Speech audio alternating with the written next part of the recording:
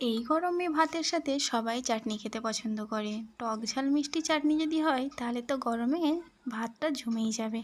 তো আজকের রেসিপি হচ্ছে টমেটো চাটনি। আসসালামু আলাইকুম, ওয়েলকাম টু মাই ভিডিও। তো দেখো আমি এখানে 1 কেজি মতো টমেটো নিয়েছি। তো এগুলোকে পানি দিয়ে ভালো করে ধুয়ে নেব প্রথমে।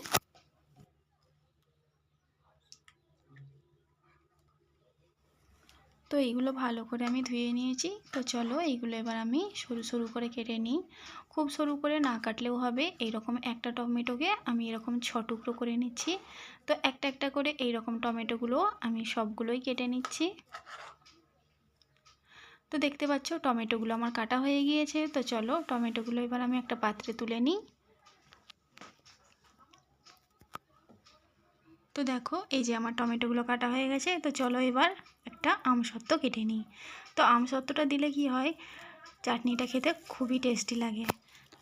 তো আমসত্ত্বটা কাটতে খুবই অসুবিধা হয়, কারণ এটা খুবই চিপচিপে আঠালো টাইপের, যেহেতু খুবই মিষ্টি। তো এটাকে কাটতে যে এর মধ্যে ছুরিটা পুরোপুরি আটকে যায়, তাই এটা কাটতে খুবই কষ্ট হয়। তো এইটা একটা জিনিস খুব ভালো লাগে যে পাটে পাটে ছেড়ে যায়, খুব সুন্দর লাগে।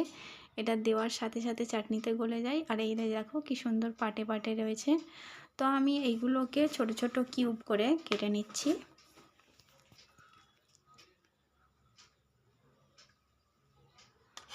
তো দেখো এগুলো আমার ছোট ছোট করে কাটা হয়ে গেছে। তো এইবার দিয়ে দেবো খাজুর।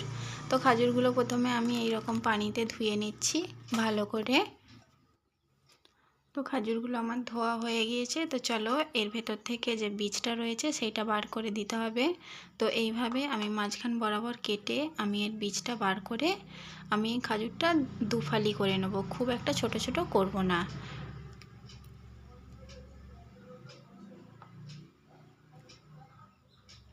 তো দেখতেই পাচ্ছ খাজুরগুলো আমার কাটা হয়ে গেছে। তো চলো এবার চাটনিটা বসিয়ে দেওয়া যাক।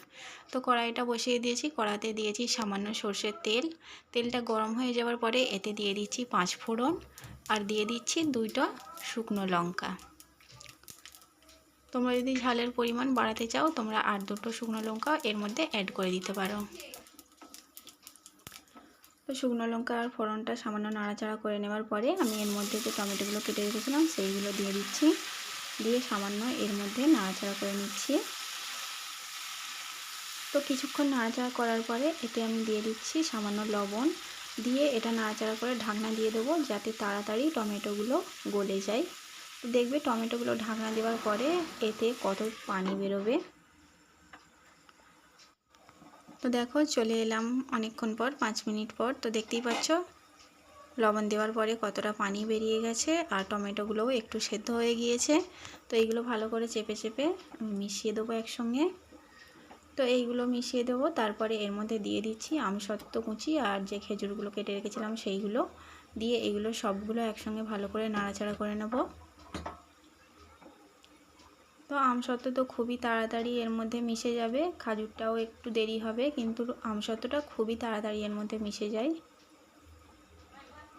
তো এইগুলো নাড়াচাড়া করার পরে তারপরে এর মধ্যে দিয়ে দিচ্ছি সামান্য কাশ্মীরি লঙ্কা কালারের জন্য, দিয়ে ভালো করে মিক্স করে নেব।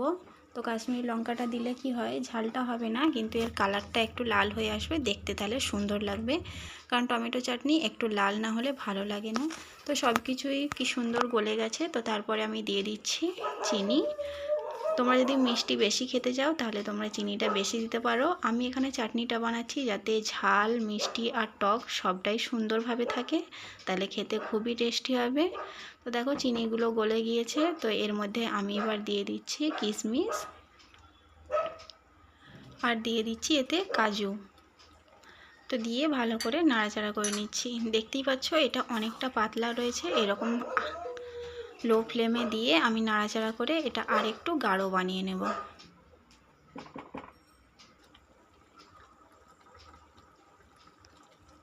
তো দেখো আস্তে আস্তে এটা অনেকটাই গাঢ় হয়ে এসেছে, দেখে নিশ্চয়ই বুঝতেই পারছো যে একটু গাঢ় হয়ে এসেছে আর কালারটাও কত সুন্দর এসেছে। তো আমার টমেটো চাটনি রেডি হয়ে গিয়েছে। তোমরাও একবার এই চাটনি রেসিপিটা ট্রাই করে দেখো, খুবই টেস্টি খেতে লাগবে। তো আজকের ভিডিওটা কেমন লাগলো কমেন্টে অবশ্যই জানাবে, আর ভালো লাগলে লাইক কমেন্ট শেয়ার তো অবশ্যই করবে।